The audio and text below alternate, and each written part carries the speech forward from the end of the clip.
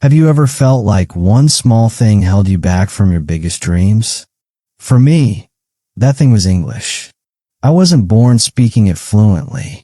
I grew up in a small town where English was just a subject in school, not a language we used every day. But when I got a chance at my dream job, a role that could change my life, English became my biggest obstacle. I failed. I lost the job. My heart broke. But here's the truth. Failure doesn't define you. It's what you do after that matters. Today, I speak English fluently, confidently, and I'm living a life I once only dreamed of. This is my story, a journey of struggle, hope, and triumph. If I can do it, so can you. Let's dive in. It was a sunny morning when I got the email. Congratulations. You've been shortlisted for an interview at Dream Company. My heart raced. This was it, the job I'd worked so hard for. Years of studying, late nights, and sacrifices had led to this moment. The company was a global leader, and the role promised a bright future, travel, growth, and a chance to make my family proud. But there was a catch. The interview was in English. Not just casual English, but professional, fluent English. I wasn't ready.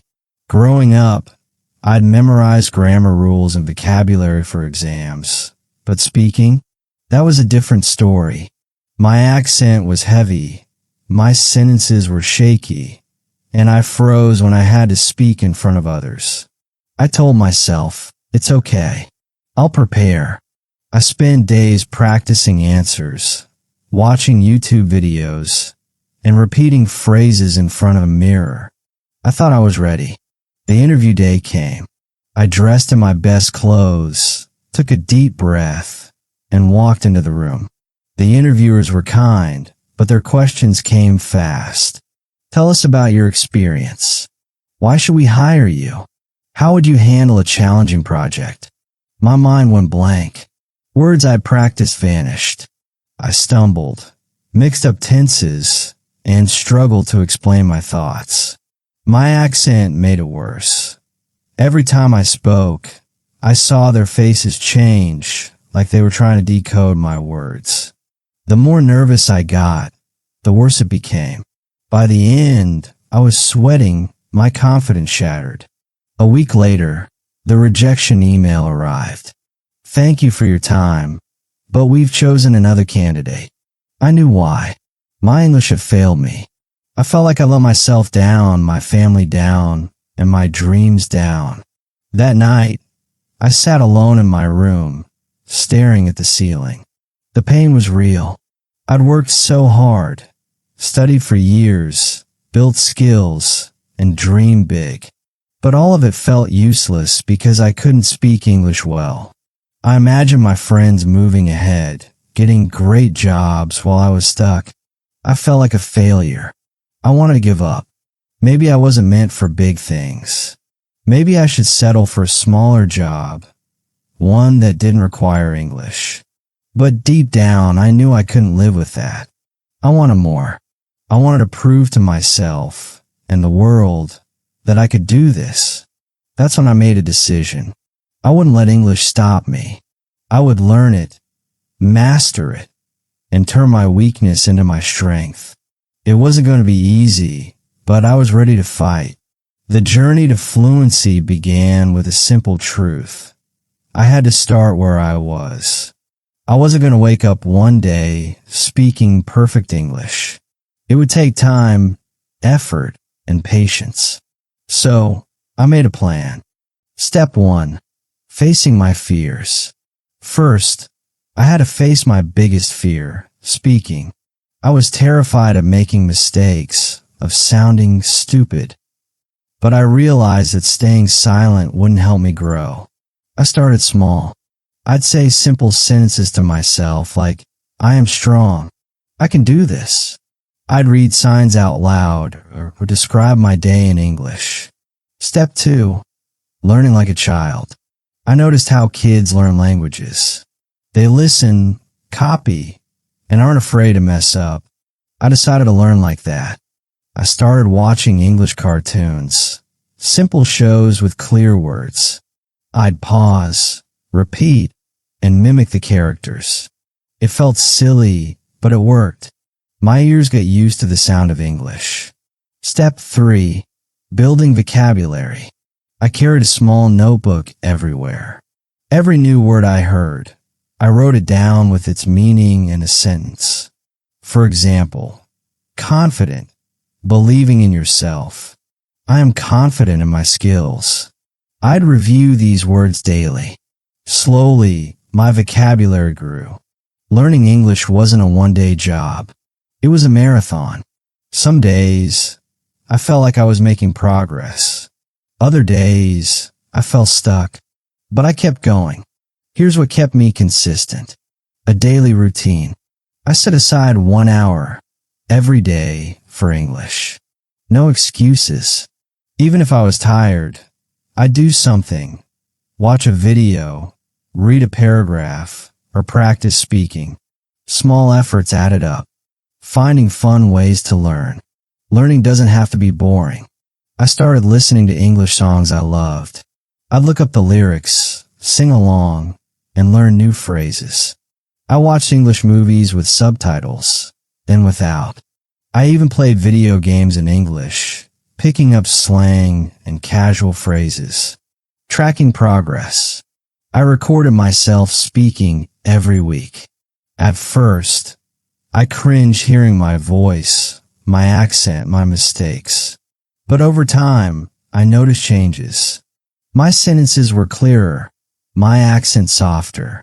Seeing progress kept me motivated. The biggest hurdle was speaking with others. I was scared of judgment. What if they laughed? What if I said something wrong? But I knew I had to push through. Talking to myself. I started by talking to myself in English. I describe my day, pretend I was giving a speech, or explain my dreams.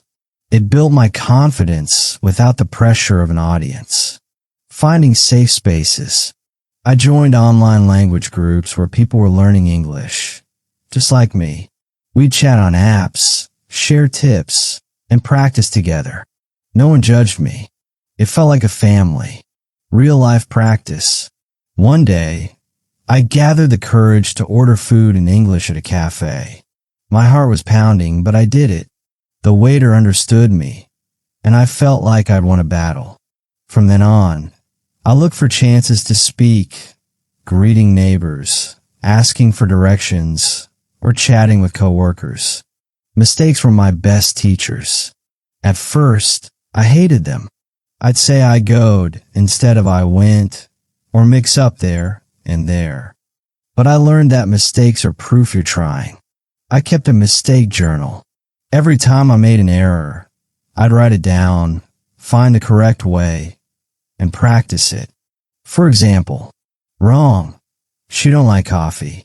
Right. She doesn't like coffee. Practice. He doesn't like tea. They don't like soda. Over time, my mistakes became fewer. I wasn't perfect, but I was better. After months of hard work, something clicked. I was watching an English movie without subtitles, and I understood it. I was speaking with a friend, and the words flowed naturally. I wasn't thinking about grammar or vocabulary. I was just talking. I decided to test myself. I applied for another job, one that required English. This time, I prepared differently. I practiced mock interviews with a friend, recorded my answers, and worked on my confidence. When the interview day came, I was nervous but ready. The interviewers asked tough questions, but I answered clearly. I explained my skills, shared my story, and even made them laugh. When I walked out, I felt proud. Not because I was perfect, but because I'd given my all. A week later, I got the call. We're pleased to offer you the position.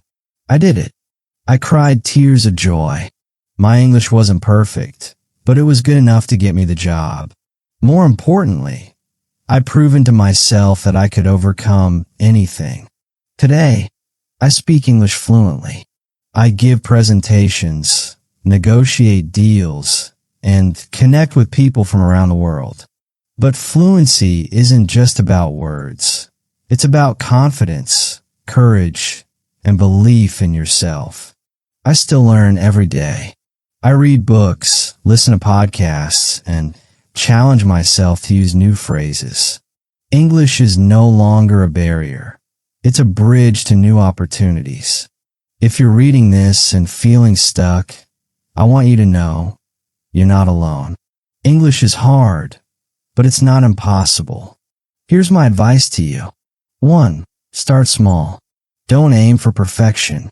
Learn one word, one phrase, one sentence at a time. Every step counts. 2. Be kind to yourself. You'll make mistakes. You'll feel frustrated. That's okay. Treat yourself like a friend, not an enemy. 3. Find your why. Why do you want to learn English? A job? Travel? Confidence? Keep that reason in your heart. It'll push you forward. 4. Practice every day. Even 10 minutes a day makes a difference. Read, listen, speak, write, do what works for you. 5. Celebrate wins. Did you say a sentence without stumbling? Understand a song? Celebrate it. Small wins lead to big victories. My journey with English taught me more than a language. It taught me resilience. It showed me that failure is just a step toward success. It proved that with hard work and belief, you can achieve anything. You don't need to be perfect to start. You just need to start. Your dreams are waiting, and English can be the key to unlocking them. Don't let fear or failure stop you. You are stronger than you know. I failed because of English, but I didn't give up. Today, I'm living my dream, and I want the same for you. Take the first step today. Say one sentence, learn one word, or watch one video. You don't have to be great to start, but you have to start to be great. You've got this. I believe in you. Let's make your dreams come true, one word at a time.